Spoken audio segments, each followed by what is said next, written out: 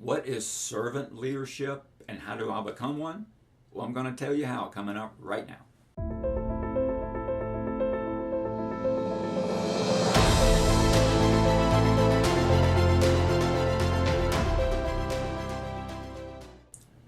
Welcome everyone, Michael Finley here with another episode of Leadership Roll Call, where we give you tips, suggestions, and recommendations on how you can become a more effective leader.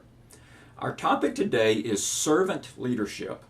Now, in past episodes, we've talked about the top 10 leadership theories, and we've also talked about transformational leadership. In this episode, we're talking about one of those leadership theories known as servant leadership. So, what is servant leadership?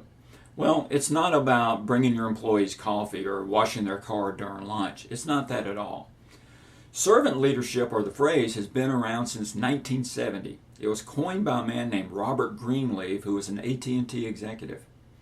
Now, the definition has changed quite a bit since then, and every management guru or expert out there has adapted the servant leadership outline and come up with a 21st century version. So what is servant leadership? Well, it's where you are the servant first.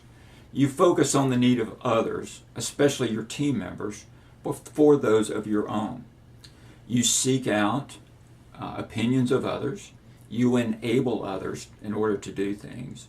You grow others so that they can become better. You look at things from a strategic standpoint or next generation standpoint. But we're going to get into detail right now. So how does one become a servant leader?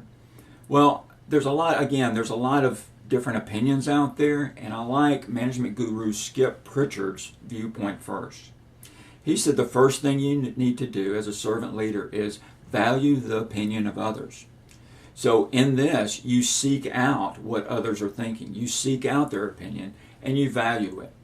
And you encourage others to share their opinion.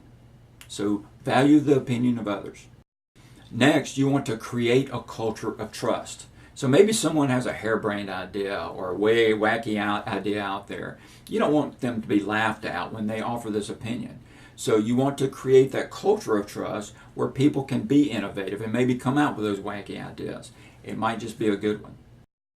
Next, as a servant leader, you want to develop others. Now this means to identify what their goals are and to make sure that they have the resources necessary to achieve those goals, and to encourage them to achieve those goals. Maybe a servant leader pulls back on some of their so-called power and gives it to some of their people in order for them to be successful. Next, a servant leader helps out with life issues, not just work issues. A servant leader would do something like offer classes on diets or financial planning. So they help with other things other than work. They look after their employees. A servant leader also encourages. They are constantly encourage their employees to maybe try new things, to maybe get better at something. They are encouraging. A servant leader also sells instead of tells. They work with the group. They use motivation. They encouragement. They sell the employee, not tell them what to do. A servant leader is also selfless. They think you instead of me. In every opportunity that they have, they look after what is good for that person. They are selfless. A servant leader also thinks long term. They think about the next opportunity, the next generation, the next leaders in their organization. And they do what they can to foster that growth. And lastly, a servant leader acts with humility. They don't wear their title on the sleeve and constantly remind others who the boss is. They work with the folks. You might even see them clean up at the break room or work around the building. They act with humility.